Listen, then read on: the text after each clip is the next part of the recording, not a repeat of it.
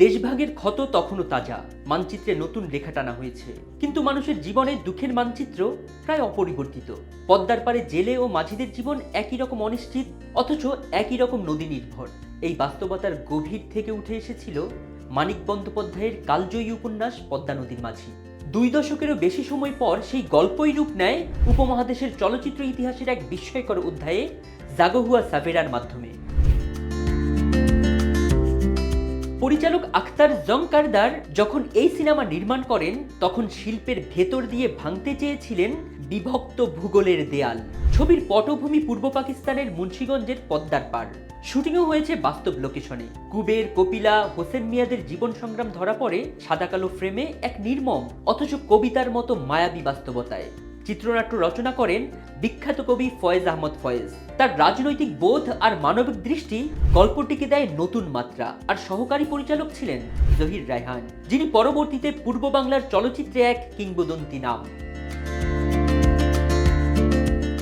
এই ছবিটি নির্মাণের টিম ছিল এক অনন্য মিলন মেলা। পূর্ব পাকিস্তানের অভিনেতা আতাউর রহমান ও কাজী খালেকের সঙ্গে অভিনয় করেন কলকাতার নাট্যাভিনেত্রী তৃপ্তি মিত্র।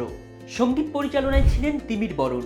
আর ক্যামেরার পেছনে আন্তর্জাতিক খ্যাতিসম্পন্ন ওয়াল্টার লাসালি, যার লেন্সে নদী, কাদামাটি, মানুষের মুখ হয়ে ওঠে জীবন্ত দলিল। ফলে জাগো হুয়া সাভেরাকে কেবল একটি দেশের সিনেমা বলা কঠিন, এটি ছিল উপমহাদেশীয় শিল্পসত্তার সম্মিলিত উচ্চারণ। তবে মুক্তির আগেই নেমে আসে ঝড়। 1959 সালে আইয়ুব খান সরকার ছবিটি নিষিদ্ধ করে। অভিযোগ, এতে রাষ্ট্রদ্রোহিতার ইঙ্গিত।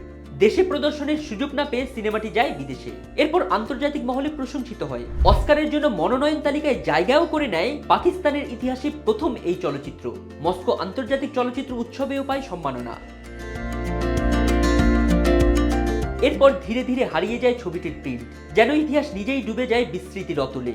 বহু বছর পর 2007 সালে প্রযোজক নওমান তাসিরের ছেলে আঞ্জুমান তাসির বিভিন্ন দেশে ছড়িয়ে থাকা অংশগুলো জোড়া করে ছবিটি পুনরুদ্ধার করে। 2016 সালে কান চলচ্চিত্র উৎসবে আবারও প্রদর্শিত হয় এই হারানো সিনেমা। প্রমাণ করে শিল্পকে নির্বাসনে পাঠানো যায়, কিন্তু মুছে ফেলা যায় না। জাগো হুয়া সাভেরা আসলে এক ভোরের নাম, যে ভোর সীমান্ত মানে না, ভাষা মানে না, কেবল মানুষের গল্প বলে। পদ্মার ঢেউয়ের মতোই তার যাত্রা আজও বহ।